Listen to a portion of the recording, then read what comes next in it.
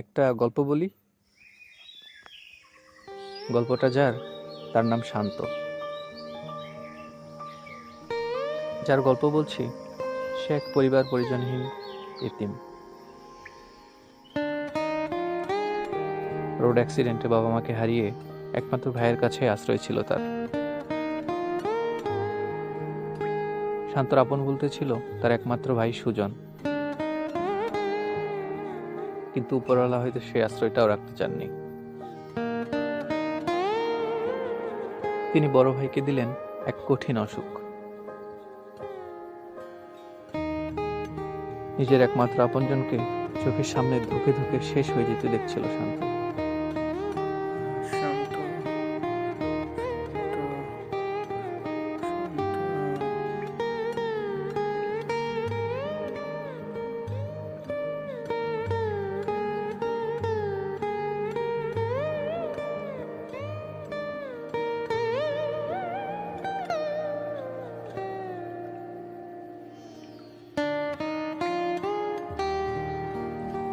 ভাইয়া, তোমার কি বাবা মার কথা মনে পড়ে না? আমার তো খুব মনে পড়ে। শোন, বৈশাখী মেলায় তোকে নিয়ে যাবো এবার। ওখানে গিয়ে অনেক মজা করব।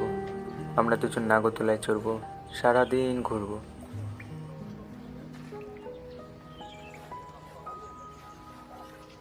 তারপর একদিন সুজন হঠাৎ সুস্থ হয়ে গেল।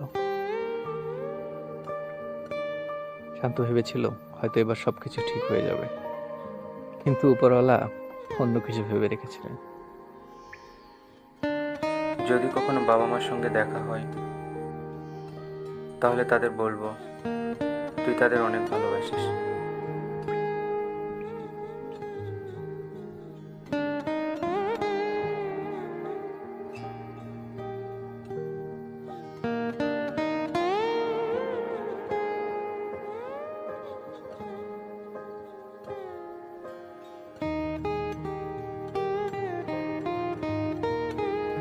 ভাইয়া, ভাইয়া, ভাইয়া উঠো ভাইয়া, ভাইয়া, ভাইয়া, ভাইয়া উঠো ভাইয়া, ভাইয়া,